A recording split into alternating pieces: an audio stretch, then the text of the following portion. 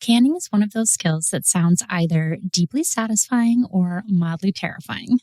If you're interested in food preservation but worried about exploding jars or worse, my guest today is here to tell you what you actually need to know to build a sustainable pantry.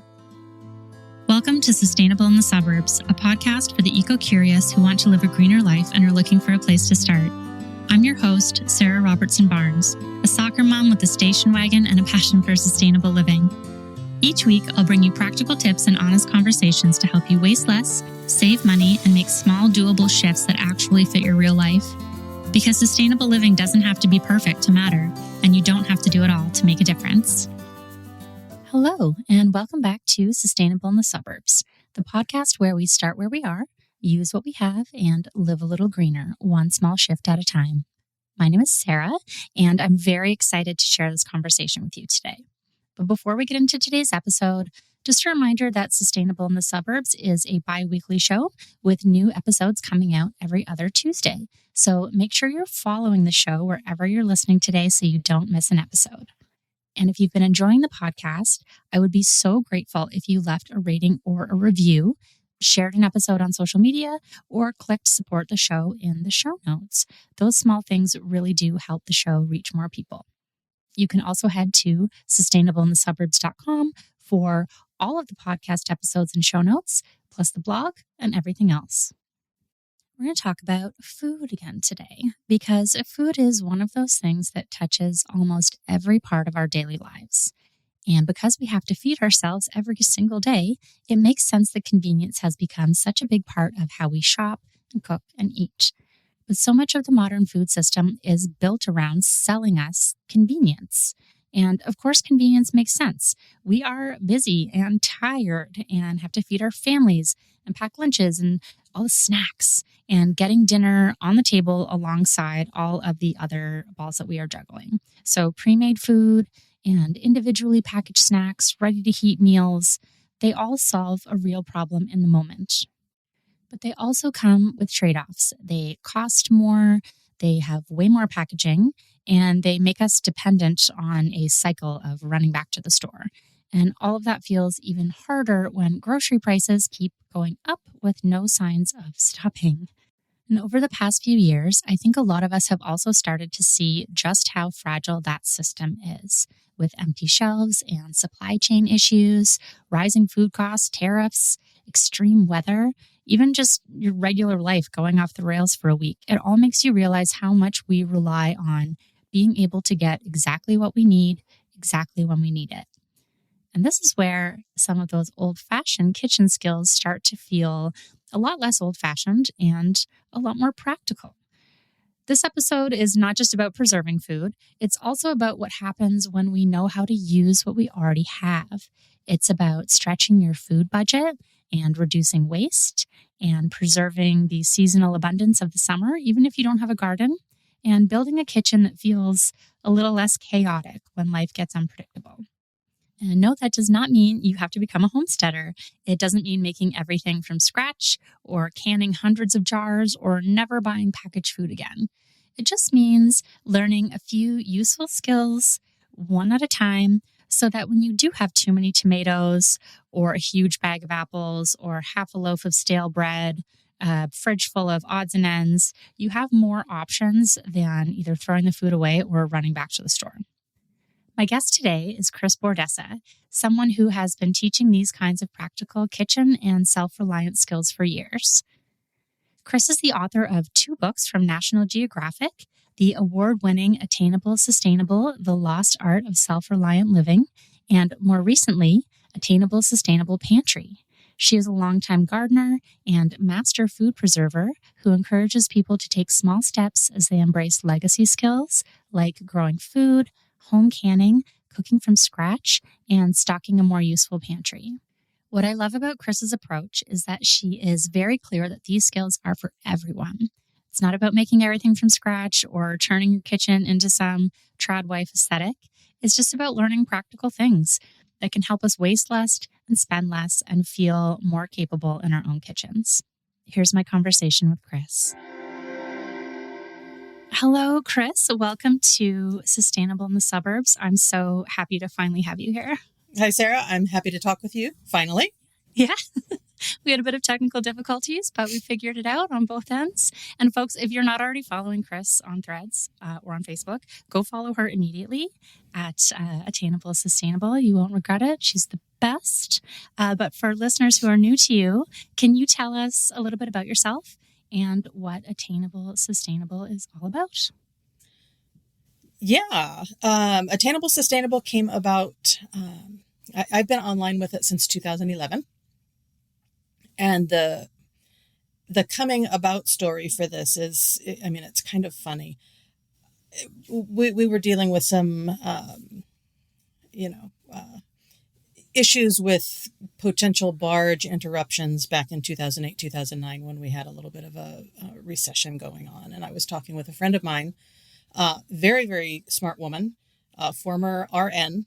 And we were talking about how are we going to, make sure that we have the food that we need. And we were talking about gardening and growing some of our own food as a, fallback for that. Because people who don't know me, I am in Hawaii, so we rely on barges to bring in a lot of our supermarket food. So the conversation turned to how do we create some of that on our own? And in having this conversation, it came about that she did not know that radishes grew in the ground. Right. So I thought, okay, I might not be an expert, but man, I can help people grow radishes. That it's such a, it was a very basic thing. I as far as what my knowledge is, my background is in, I grew up on a farm and we always had our own garden. So I thought, gosh, I can share this with people. So because my background is in publishing, my idea was let's write a book about it. And being in publishing, I knew that required having a platform. So I started my blog, started writing about it and sharing information about gardening and crafting a pantry and cooking from scratch and all of those things. I did that in 2011. In maybe 2014-ish, I reached out to an agent and talked about this book project that I had because I thought I've got people following on social media and can we turn this into a book? And she told me the market is saturated. It'll never sell. So I walked away and thought, okay, fine. If the market's saturated for a book, I can still reach people online, which I was doing. So I continued doing that. I continued the blog. And in 2016, I had a phone call from National Geographic and they said, have you ever considered, Yeah. Have you ever considered writing a book? And I thought, well, yeah, actually I have.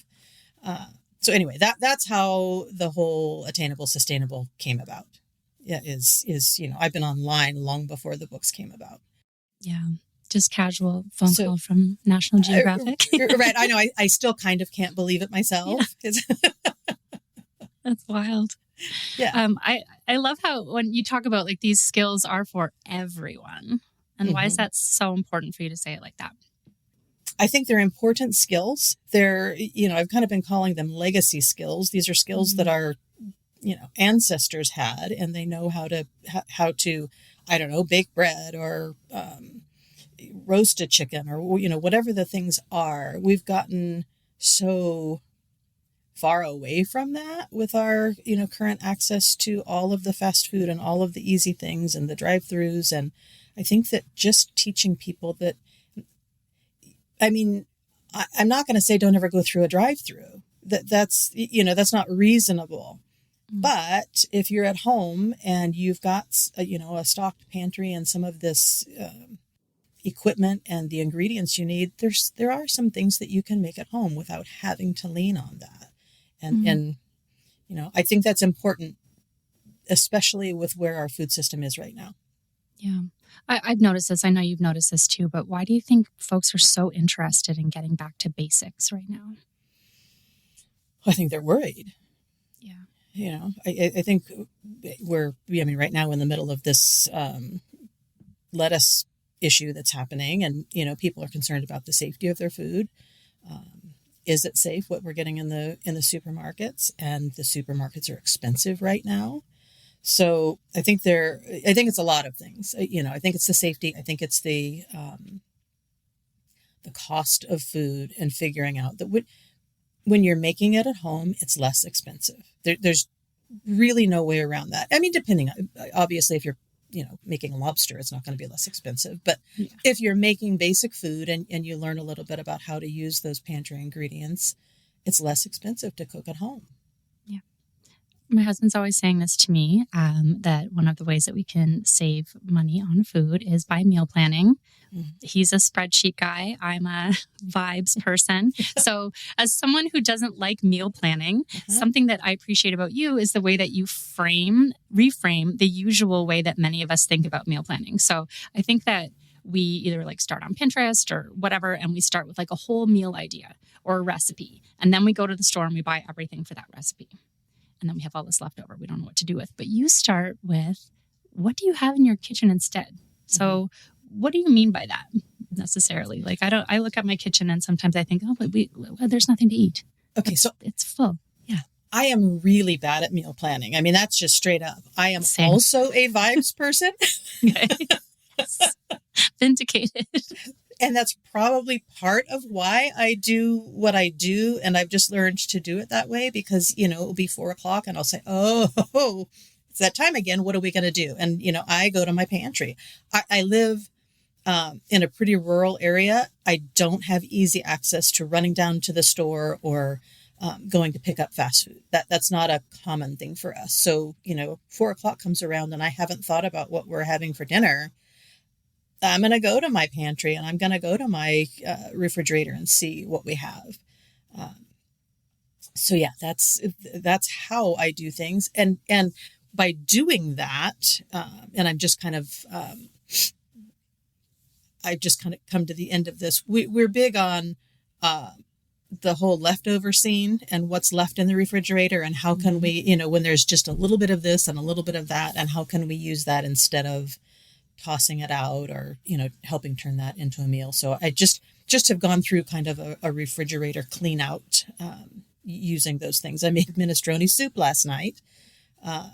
Soup is a great way to use those little bits and bobs that are in the fridge. So yeah, I don't do a lot of meal planning. It's very much, what do we have access to? What needs to be used up? How can I use this? And right, what can be done with it? So I just call it stuff in the fridge dinner. Just have a little bit of everything. Yeah. I think it's called girl dinner on the internet sometimes. Just have bits and bobs for dinner. It's right. It's fine. Yeah, and that's it. As we will try to use that up. And I mean, I've got things like I say, soup is a good one, or we'll do fried rice or whatever, so that it's just a way to use up those little bits. And then I also will freeze it. If I don't think I'm going to use it, I'll toss it into a container, and then that goes in soup on another day. Soup is always the answer. Waste nothing. Exactly. So what kind of pantry staples would make that kind of flexible cooking easier to have on hand? I mean, the things that I keep are, to me, it seems very basic, but I guess for some people it's not. What I keep on hand, I have dry beans always. The problem with dry beans is that it does take a little bit of planning in advance because they need to be soaked and cooked. And because it takes some planning in advance, I also keep canned beans on hand. And if I haven't thought ahead, I will, fall back on that. Rice and grains, that sort of thing. Broth is another one, whether that's a store-bought broth that you prefer to use. I make my own homemade broth because, again, it's very inexpensive, a lot less expensive than buying it at the store. What else? Those feel like the building blocks of so many meals. And once you get good at cooking beans or grains, you're kind of laughing. If you have them in the fridge or in the freezer or even from a can, you've got most of a meal right there. Right. That's the basis of it. Yeah. And then, whether you're a meat eater or not a meat eater, I tend to we are a meat eating family, and we tend to keep that in the freezer so that I can grab something out. Potatoes is another one. They don't last forever, but I typically will have, fresh potatoes, fresh onions, garlic, that sort of thing. And those all, my husband has said he would eat potatoes every day of the year. So, so if we've got potatoes, and then I do have the garden. So, I can go out and harvest a little bit out of the garden if I'm having a good garden year, which I'm not this year. So all of those things just kind of come together, and it's just a matter of learning how to use those items. Oil is another one that, keeping a good oil on hand. Yeah, I found that once we started buying everything dry, so we have Bulk Barn here in Canada, which it's a nationwide store, and it has everything in bulk, just like it sounds. You can bring your own containers. So we switched over to, dry black beans, pinto beans, chickpeas, and dried rice and quinoa and all that kind of stuff. And then we got an Instant Pot and figured it out. And now, like I said, my husband will soak the beans, put them in the Instant Pot, and then we freeze them in those like silicone containers in a 2-cup ratio or whatever. And that's essentially a can of beans. But we just do that every Sunday. We'll make a certain kind of bean or whatever. And then the freezer is just stocked. And it turns out it doesn't actually take that much time. Because I think convenience is kind of the limiting factor here. So I think this also talks to the way that you talk about convenience, because so much of the modern food system is built around selling us just that. And of course, like that is really helpful, especially for busy households. I'm at soccer every single day of my life, but it also comes with trade-offs. So there's, the cost, the packaging, the waste, and the quality, and just constantly being in purchase mode. So what are a few of these store-bought items that are actually worth learning to make at home? Oh, my go-to answer for this is always going to be salad dressing. Salad dressing is, and you can do it as simple as just a basic vinaigrette, which is the, oil and vinegar and maybe a little bit of seasoning in there, or you can make a creamy salad dressing. I have not bought store-bought salad dressing in, decades probably. We actually had a visitor. It's been a while now, but I was cooking dinner and he was sitting across the bar and talking to me while I was cooking, and I was making my salad dressing, and he said, "Kris, do you make homemade salad dressing? Is that all you?" I said, "Yeah, absolutely. I never buy salad dressing." And for a number of reasons. Salad dressing is so expensive to buy. And the packaging, it kills me to just throw out bottle after bottle. I am very aware of the plastic that we create. We do not have the ability to recycle plastic here on our island. So that just kills me to throw that away every time I finish a bottle of salad dressing. And you know what? It's become the norm. If my husband is cooking dinner, he makes homemade salad dressing. My son has learned how to make an egg-based creamy salad dressing without measuring anything. We all just kind of throw it together. We know how to do this because it's been the norm for vibes, right? Yeah. But it's what we do. Nobody. I don't think there's a single. Maybe my second son. Outside of him, though, none of us would consider going to the store and buying salad dressing. It's just not what we do. And that was breaking a habit, because I won't, that has not always been the case. Right. We did used to buy salad dressing, but that's been a matter of figuring out that, it's easy to make at home, and I don't want that plastic waste. Yeah. I honestly thought you were going to say something like, broth or beans or, because that's where my mind was going. But you're absolutely, and I didn't even think of salad dressing, because we do the same thing. We just mix up the vinaigrette or the Caesar or whatever, just as we're cooking other things. But it was my husband who got me into that, because I grew up in a salad dressing home with the whole door of the fridge. Right. And again, it's, you never get through it. So you waste what's in the bottle as well as the bottle itself. That's true. Yeah. Yeah.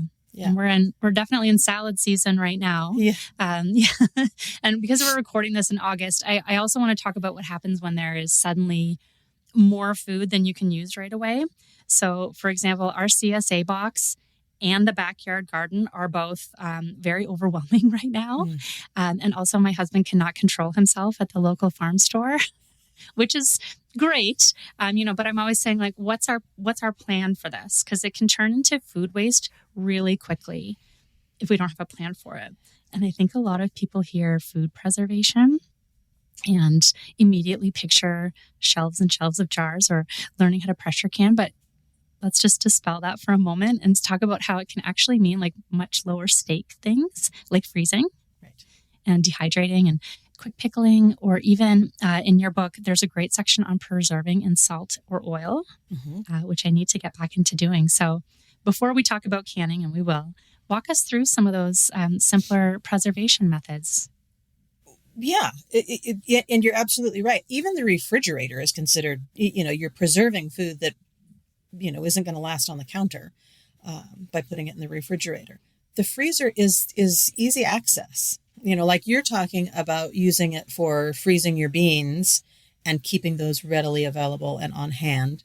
Same thing with if there's a little bit of leftover green beans after cooking them, those can go in the freezer as far as leftover things and ready to use things.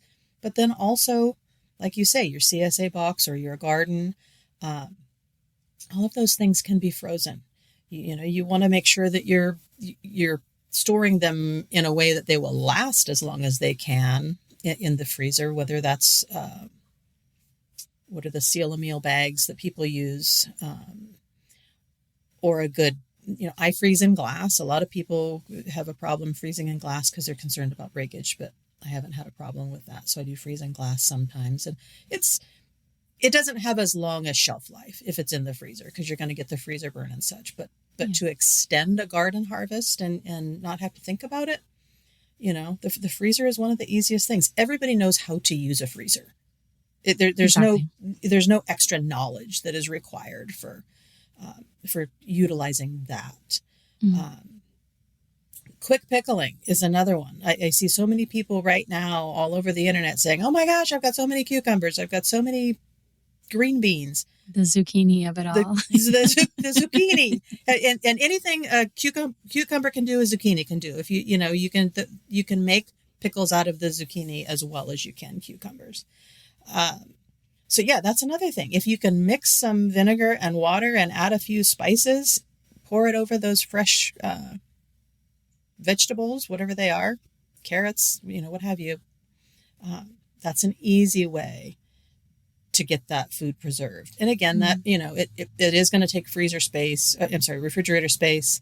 But it's still, that cucumber would have lasted several days in the refrigerator. But as soon as you put it in a brine, you've got months to eat that. Yeah. Quick pickling was our gateway drug into canning. Yeah. Yeah. I love dehydrating things as well. We found a dehydrator, like one of those like big, like doomsday prepper ones, on Excalibur? Yes, it's an Excalibur. Yes. We found it on Kijiji, which is like a Canadian Facebook marketplace, which we also have, but that's what it is. And so I love dehydrating things into powders as well. Oh.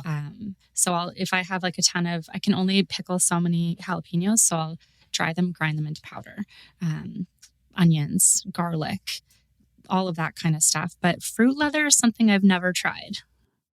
What should I know about fruit leather? Fruit leather is the biggest problem with fruit leather is that if you've got kids, they're just going to burn through it so quickly. Mm. That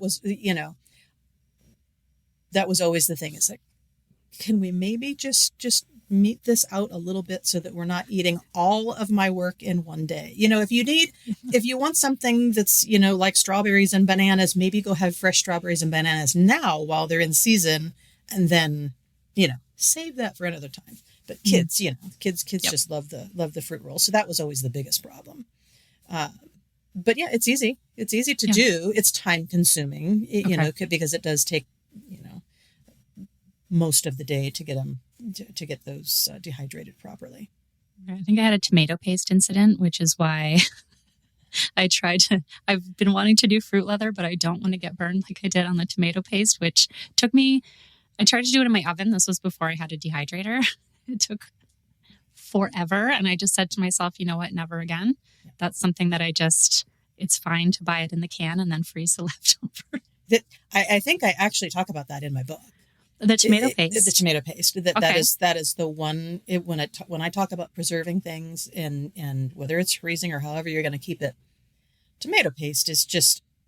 I can go buy a nice sweet little can of organic tomato paste at the store, and it's just not something that is worth my time. Yeah, it's fine. If the store's closed and I never ever could get tomato paste again, it might be a different situation. But it takes so long to cook it down, and it takes so many tomatoes. It's just not the thing that we use. A shocking amount of tomatoes. Yes. Right? Yes. Yes. Yeah. I would much rather, and where I live, I struggle with growing tomatoes, believe it or not. They are not an easy crop for me. So when I do get them, I would rather use them for making salsa or pizza sauce, which we use very regularly. And just if I do need tomato paste, I'll get that at the store. Sure. That's the know your limits thing. And I think that's part of it too. Right. What's the return here? I'm going to spend all, days cooking this stuff down, and it's just, we're I'm going big to take tomato the easy canners, route. and I did it 1 year, and I'll never do it again. So it's fine. That's great. Yeah. What would be a good, easy preservation project for beginners? It's your first time. Let me try something. Are you talking about canning or just preserving? Just regular. We'll get into the high test canning situation in a second. But if you're just, you're flipping through your book and you're looking at these quick pickling or salt or oil, what would be a really good one to start with? Quick pickling is a really easy one. As I said, just making that brine. The other one that is pretty easy access is dehydrating herbs. If somebody's got access to your fresh herbs, whether that's a plant in the garden or I don't know where people get fresh herbs without buying them in the supermarket, in the farmer's market. A farmer's market. If somebody's selling, it's easy. That's an easy one. It doesn't take much in the way of prep work. I have an oregano plant. I just dried a whole bunch of oregano in my car. Amazing. 100%. I thought, I don't want to get out that dehydrator, and it's hot, and I've got the car, and what would happen if I tried this? And I did try it, and it worked beautifully. I know I do weird things sometimes. I just spread it out on I cleaned the leaves and took them off the stems and spread that out on a cookie sheet that was covered with a towel and put it in my car. And, within a day cars get hot, so within a day it was done. I didn't have to think about it. Brilliant. The only thing that happened is my husband kept getting in the car saying, "What is going on in here?" Don't worry about it. Just an air freshener. Yeah, herbs are a really easy entry point. And you have really great recipes in your book, too, for herb salts, which I've just recently gotten into. And now I made garlic scape salt. Oh, nice. Which I'm obsessed with.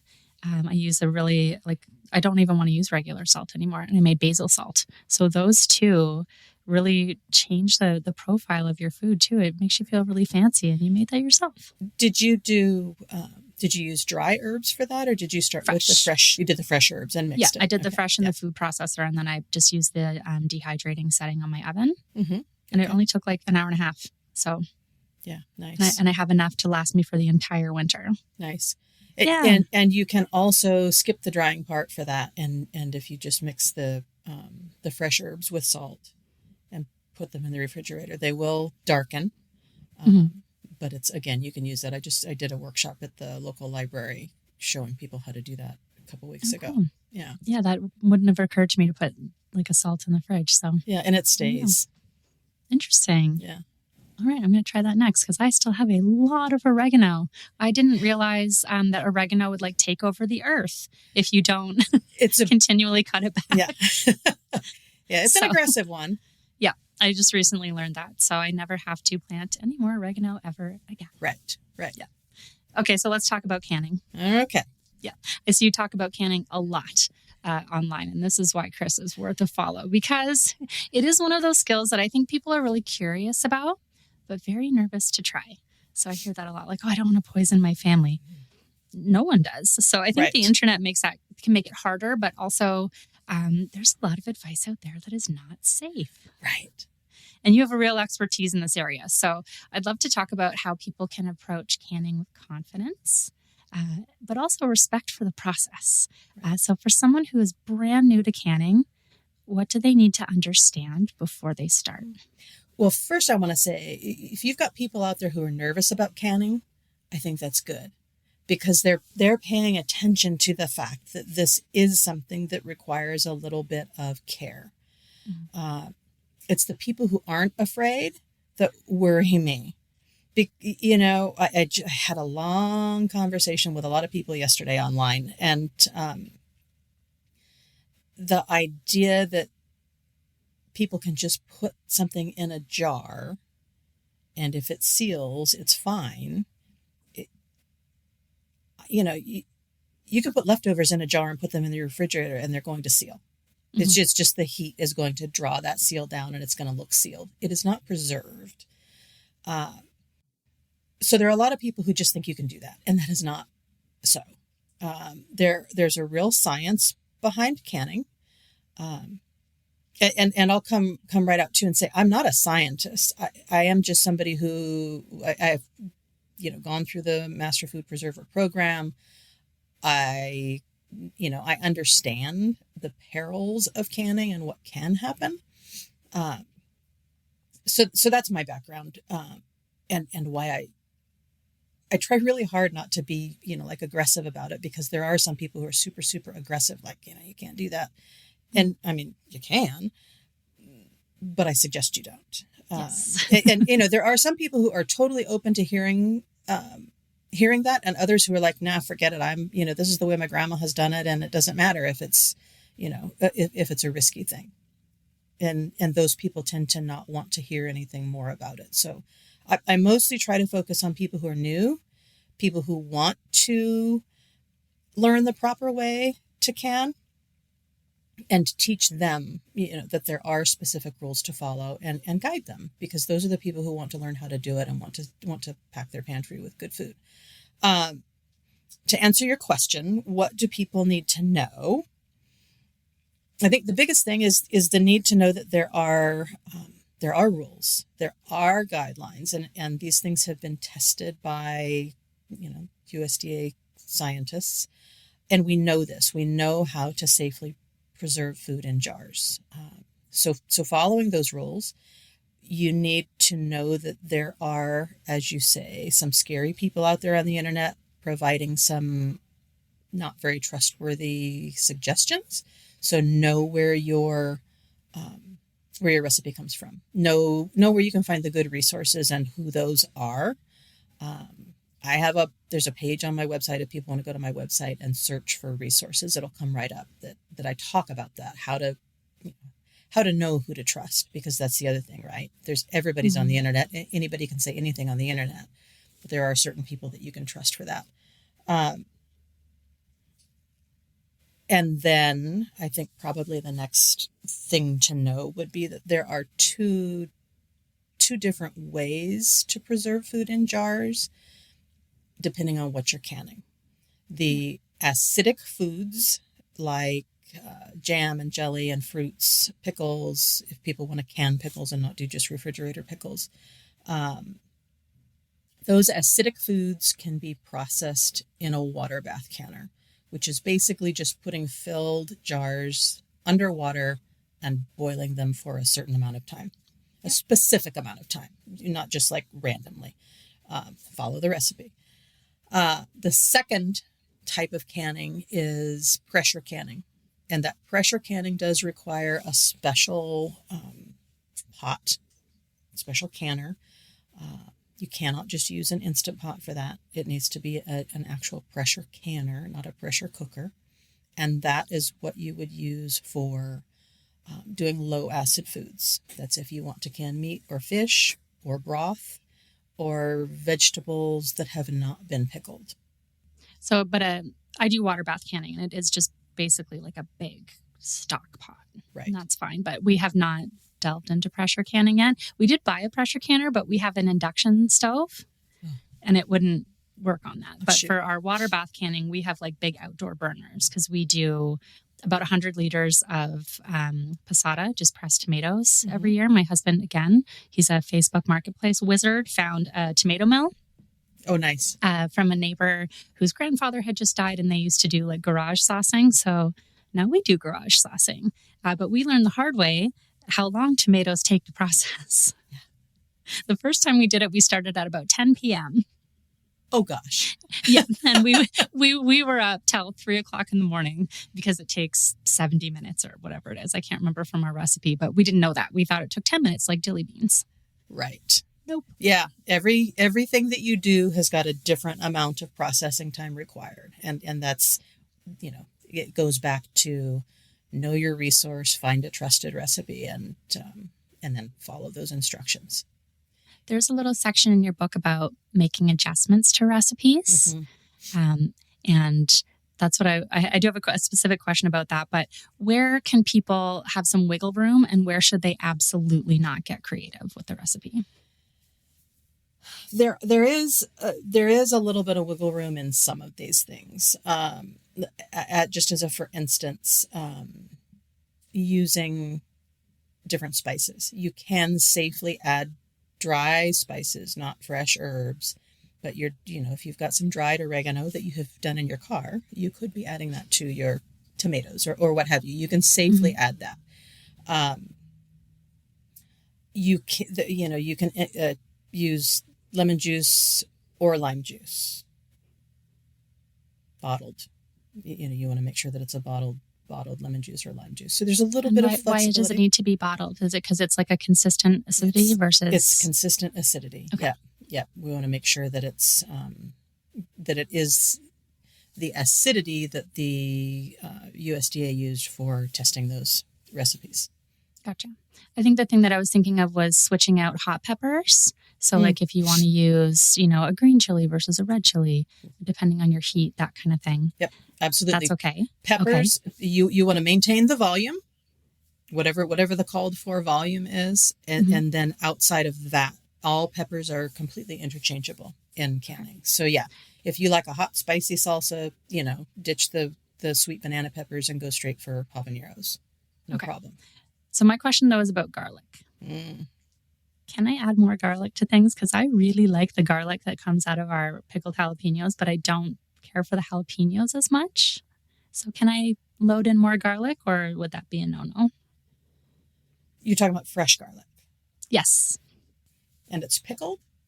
Yeah. So we just, if our pickled jalapeno recipe calls for like 2 cloves of garlic and you slice it up and you put it in, can I put in like 5, or should I just... Oh, I'm gonna ask you before I do it. Yeah. No, I gotta think about that because you're pickling them. I'm trying to think. I'm gonna have to go. I have to go look and see. I have to go look about that because I think that if you're making like a spaghetti sauce, say, and it calls for fresh garlic and you mix it in there, you don't want to add fresh garlic. You don't want to double the garlic or add more. You could add dried garlic powder if you wanted it to be more garlicky. Where you've got me thinking is I'm pretty sure that you can pickle garlic safely. Okay. So in other words, that's what you'd be doing. Okay. Yeah, I might have to look around for some more different recipes. I just like that it's like jalapeno pickle. Right. So, okay. I'm gonna do some digging for you.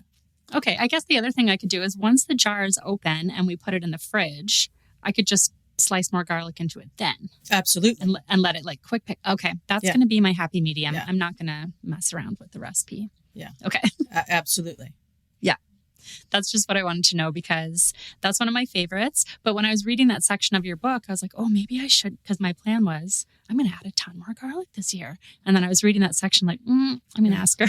Right. Yeah. Okay. Yeah. So yeah, I'm sorry. I don't have a specific answer for you on that. Yeah. No, I think I'm just going to add more and do a quick pickle once it's in the fridge. And then we have a happy medium. So, right. And I've been canning for years and I still didn't realize that. So there's always something more to learn. Absolutely.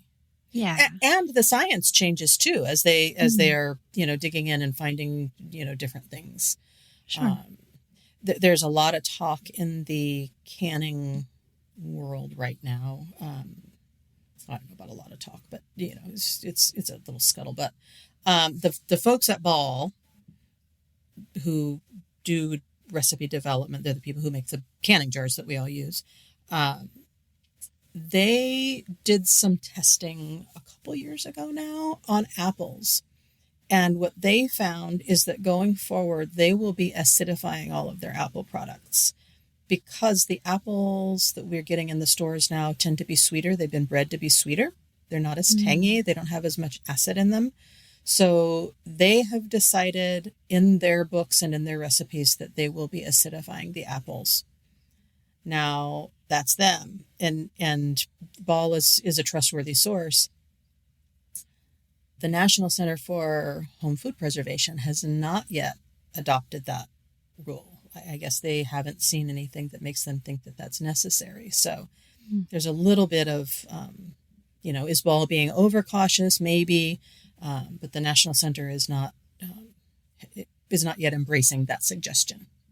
So things change, right? Mm-hmm. And that's why, they say to make sure that the resources that you're using are, new. Up to date. You're not using grandma's, canning book from 1942 because things have changed. Sure. Yeah. I mean, we even still have some of our grandmother's old canning jars that had the glass lids. Oh, nice. Not the new snap lids, which we also didn't realize we had to replace every single time that we can. We learned that very quickly. But one of my favorite things about canning, honestly, is when you're done and it's all on the shelf. Yes. And I can just go into my cold cellar when I'm making dinner and say like, okay, so I need tomatoes and I need this and I need that. And I can take it upstairs. I feel really accomplished. Mm-hmm.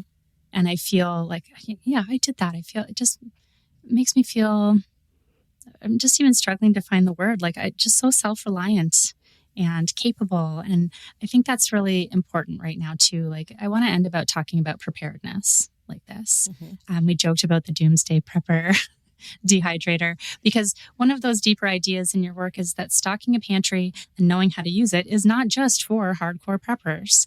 And I think these past few years of turmoil have made us realize that grocery shopping is not just a habit. It's a whole system that we're depending on. And the disruptions don't have to be dramatic, but there's also storms and power outages and tariffs and job loss and just supply chain issues, all the chaos that we're dealing with. And just an impossible week even can make it fall apart in your house, your routine. So what does that practical preparedness look like in just an ordinary suburban household? Well, I mean, I absolutely agree with you. And this is what I've been saying for years, is that, the doomsday preppers are out there waiting for the zombies, or whatever they're doing. And the more likely scenario is that, as you say, there's going to be a job loss or there's going to be a reduction in income. For us in Hawaii, we are, we had in 2006, we had a big earthquake that impacted the docks and the barges could not come in. Mm-hmm. And at any given point, they say we've got 4 days worth of food here on the islands and in the grocery stores, which is crazy to me. Mm-hmm. So, and I think that every region, other regions have tornadoes or we're winter, right? I mean, we just never know what's going to happen. So absolutely having, maintaining a pantry where you can go in and even if it's not homemade, if you don't have any inclination whatsoever to can local tomatoes, not a problem. Go to the grocery store and buy canned tomatoes. But having those there, it's going to allow you to get out there and do some home cooking. If you can't get to the grocery store or, your budget has suddenly been slashed, you've got some of that to lean on. And it's also, the other thing that I think about too is that when we have issues, as I say, we have hurricanes here and, all the people at the grocery store lining up to buy the food, I'm not in that line. Mm-hmm. So I'm not adding to that chaos.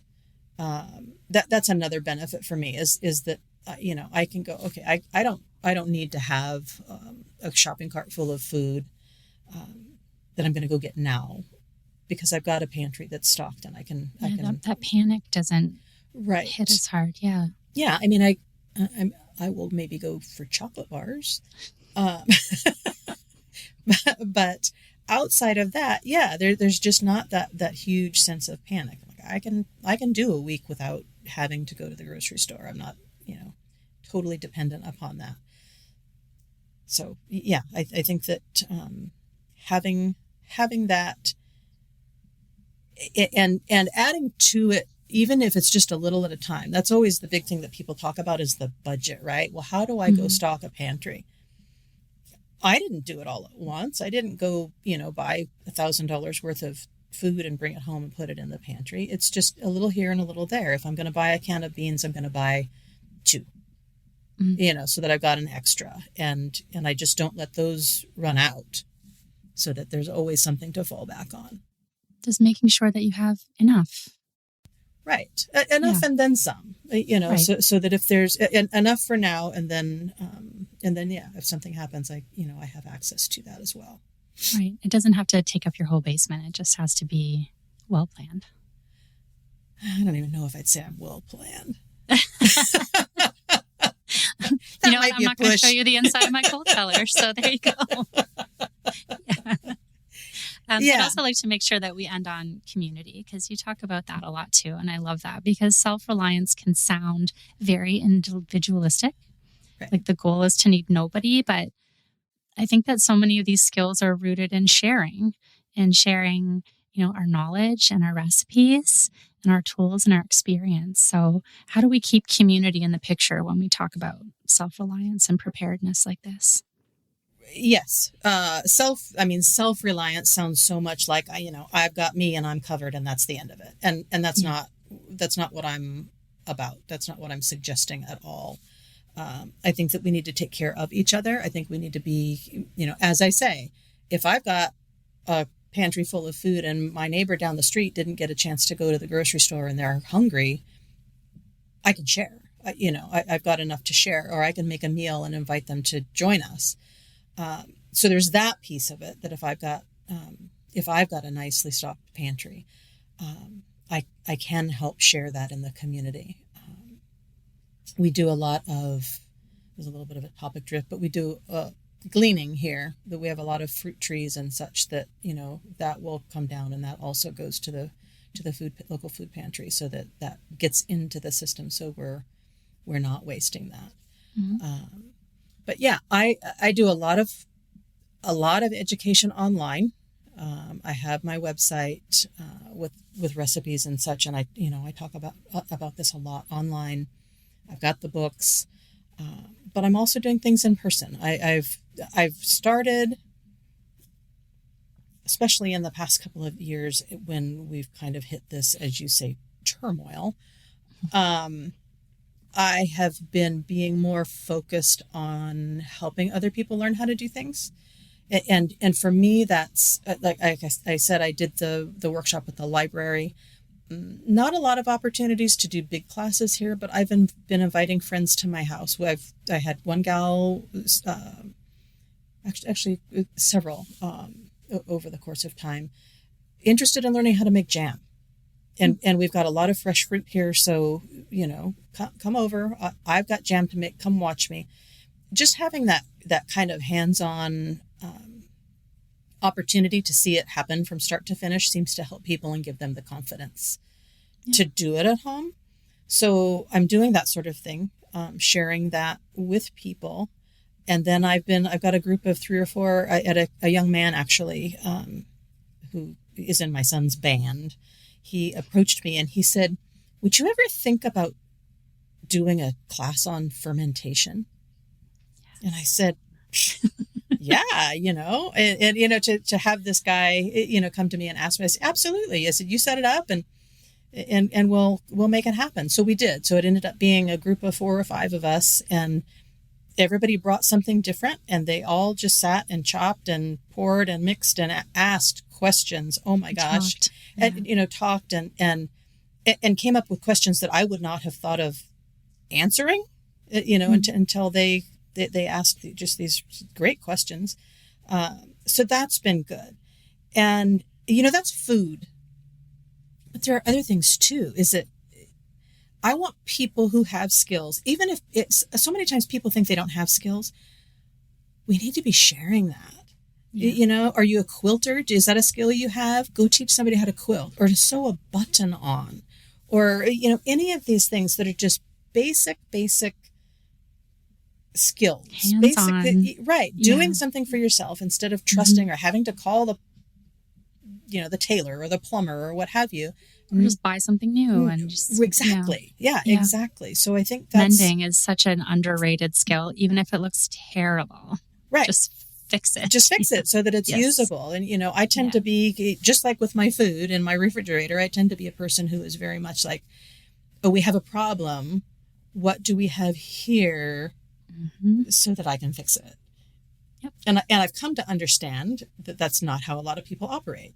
But for me, that's, you know, how can I make this, what do I have that could fix this problem?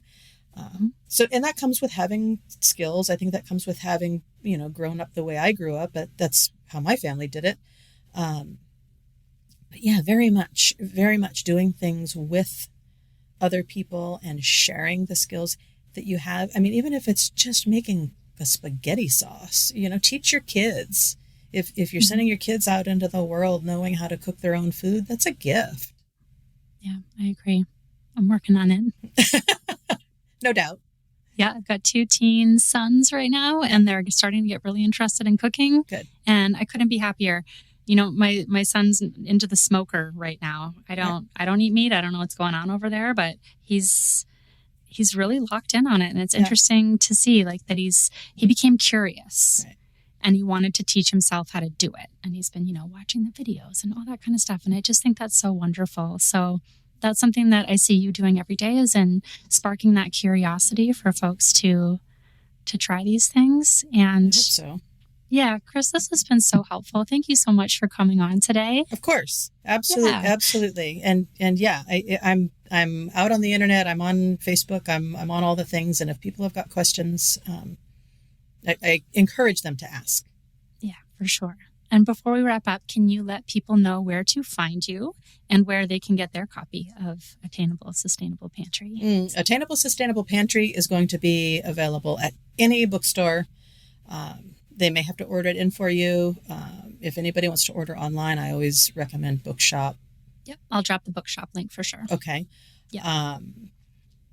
And then where I am online, I'm at attainablesustainable.com. I have a newsletter people can subscribe to. I have a new-ish online community that people can join and gather with like-minded folks.